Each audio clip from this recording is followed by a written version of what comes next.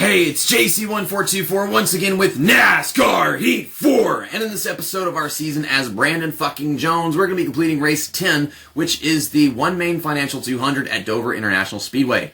The Monster Mile. In the last episode, we raced at Talladega Superspeedway, and we won the Money Lion 300. That was our fourth win of the season. It was a kind of an anticlimactic win, considering the fact that Superspeedway racing is just not hard enough. It's either, stupidly difficult to pass the leader, but pretty easy to pass everybody else, or you pass everybody else and then you just stay in the lead and they don't really make good runs on you.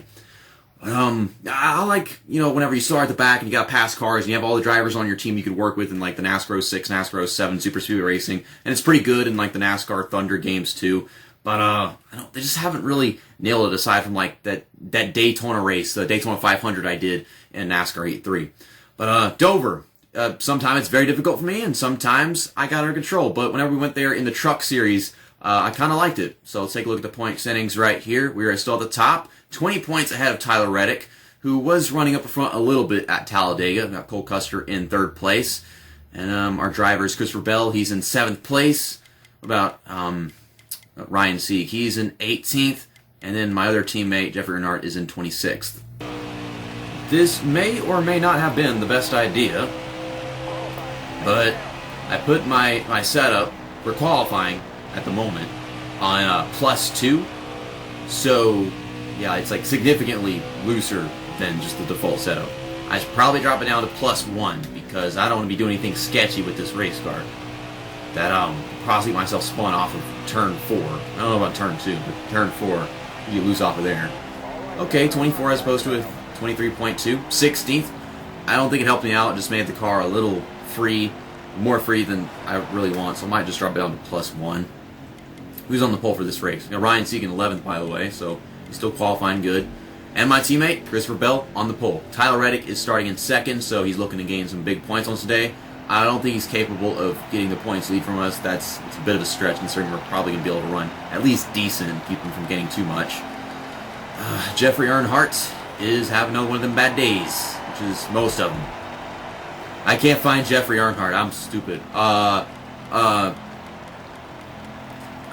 Never mind. He's starting 7th. Okay. That's embarrassing. Okay. Also, we're using the J.D. Gibbs car because I thought it would look pretty good out here in Dover. And we just used the yellow Menards card at Richmond, didn't we? And then we used the Juniper car. I think that's what it's called. I think we used that at Talladega. So, nice to be back to this one. I don't know what race is after Dover, but we'll find out whenever we're done with it. So we went from 16th to 15th, so someone in front of us got sent to the back. Who might that be? Well, Jeff Earnhardt's still up here. Justin Haley gave up qualifying position for new tires. See, qualifying is only like 1 lap long, so why would you give up your tires for that? This dumb thing is, we have 100% tires to start the race, too, by the way. So I don't know what this giving up your qualifying position for tires thing even means. Someone explain this to me. Like, how can they just do that whenever we start the race? And, look at that.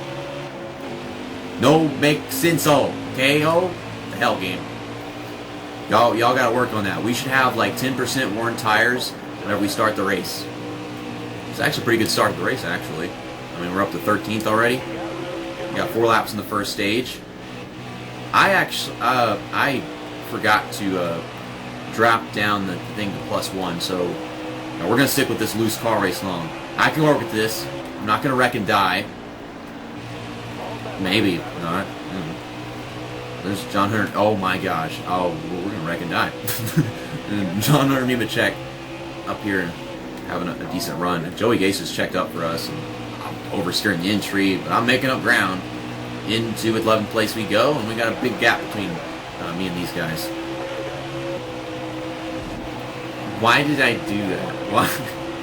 I mean, I know my car's free, but that ain't the car's fault right there at all. That's just me being a ding-dong. I mean, I remember we went to Richmond, and it's like such a one-groove track, and then this one, it used to feel like one, and it is in reality. But in NASCAR Heat 3, like, they were having some tire wear problems or something with people, like, wanting to go down pit road in the Cup Series, and like I was able to pass cars on the outside, the very top. It was kind of dumb. And it's like sometimes it's a one-lane track, and sometimes it's not at Dover these days. But in the games, it's always been like one lane. You gotta run the bottom. I mean, Utechnics games you could run the top, though. I remember watching Joseph Lombard do that back whenever I watched all those Utechnics, NASCAR 15, Let's Plays, and whatever. Tires did not wear down that much aside from the right front. No one's pitting. And that's the end of the stage. You know, I was tracking these guys down. If I had hit the wall, I might have passed one of them. Now we're on the inside. We're going to go get some stage points. They're going to have their tires fall off, at least I think, and that's what should happen. Gosh, overseer at the restart. But yeah, in NASCAR Heat 3, we're able to run the freaking top lane. But now it feels a little more multi-groove in this game. Like, you feel like you can run the bottom, you can run the middle, and you can still get good corner speed. And that's something that you just never really accomplished with EA Sports. There were many times where you feel like you couldn't run any groove anywhere aside from the bottom. Like, even tracks where you could run the top or the bottom or the middle, it's like always the bottom in so many of the EA Sports NASCAR games. Man, this car's so damn free that I can hit an apron and then shoot across the track, and it's an embarrassment. We're going to go 3 wide right now. Or I thought about it. I want to do something stupid. I like doing stupid things. Doing stupid things is fun, okay? Jeff Earnhardt still running 7th. That is nice. We got Ryan Sieg. He's actually he's in the top 5. He's going for 4th or 3rd right now. Okay, we're up to 7th now. We got 5 laps in the second stage as opposed to 4 that were in the first one. Now, Chase Briscoe, he was pretty high in the point standings. I think the last race we ran, not Talladega, but Richmond was pretty damaging for him because I remember he finished mid-pack just like me. And I don't know where he finished at Talladega, but I don't know how he's doing in points right now. He hasn't been like up in 3rd and 2nd as of late. I might be incorrect about that. I don't freaking know. But yeah, he's been one of the drivers to pay attention to aside from me and Tyler Reddick. So we've gotten up into 6th, and I don't see us passing anybody else from here. I could be wrong. Justin Allgaier is running the top line, and they're starting to take tire wear. The tire wear is actually much more balanced in the Xfinity Series at Dover than it was at the Truck Series. So remember, like, they just started taking off, and then I started catching up after a little while. But here, it's been rather consistent. Like, my tires are falling off and theirs are falling off quite at the same timing. Man, I thought he was going to keep on running the top and I could get to 5th. Give him an extra push. I don't know. I was thinking maybe he would go up to the top because he was already running the top, but he saved the bottom. And if I went up to the top, even though it's multi-group, I don't think I would have been able to make the pass. Because I was already only just keeping up with him through that corner. Yeah, so the right front tire doesn't get really killed by Dover, which is weird because this track should wear down tires pretty badly compared to other tracks. So we'll get 4 tires, enough fuel to put it at 17 laps, which is strange because usually it's like it'll either be below it or it'll be above it and it'll be a full tank. But here, you drop it down 1 more and it's just like 1 more extra lap. And now it's 16 and 16, but we'll repair that damage, I guess, from hitting the wall a while ago. That should do it. We lost 1 position, and that is 1 position I'm glad I lost because now we're at the bottom again. We're having ourselves a lucky race today at Dover. Because we start the race off on the outside, we get put on the inside. We start the next stage on the inside. And we take a pit stop and they lose 1 position, so we get to be on the inside. So, cannot complain. We're having a really good day. Maybe I could win at Dover. I consider that to be the unthinkable, given my past history with racing this track in these NASCAR Heat games, but you never know. Tyler Reddick has been gaining a good few points on me in the stages. I think so far he might have gained like 15 or 13, somewhere around there, that many points on us. So if I finish in front of him, I mean, if I win this race, I'll definitely make up a lot of that ground, but I think he's still going to have a points get on me nonetheless. Just look at Ryan Sieg running 3rd place. He didn't run that good in reality in the Xfinity Series. I mean, he had a better season than usual. His career was improving and whatever. But I think we got some cahoots with Lombard Bros Gaming and the NASCAR Heat. They're making him run a little bit better because, you know, they're all about the online gaming, and they got Joseph Lombard and one of the biggest NASCAR YouTubers. And, it's a conspiracy. I support it. I support this conspiracy. I like this. Nip the apron, so now Chase Briscoe's passing me. Now we got a pretty cool battle for the lead right now, our battle for 2nd place. They keep on running the top for 2nd, and then the leader's pulling away. Ryan Sieg could win this race. There's a possibility of that. That would be amazing and ridiculous, and oh my gosh, now I'm feeling tire wear. It's getting really bad, but we're still running very well, so that's something I'm happy about. Tires should come back in pretty soon, and we would find ourselves passing these guys back. I'm not running the track very well at all. I should just shut up and focus. We get passed back by Tyler Reddick. He's still going to finish good in this race, and I don't see ourselves winning it anymore. But I would like to see Ryan Sieg do it. Being his AI, they usually don't pass that much.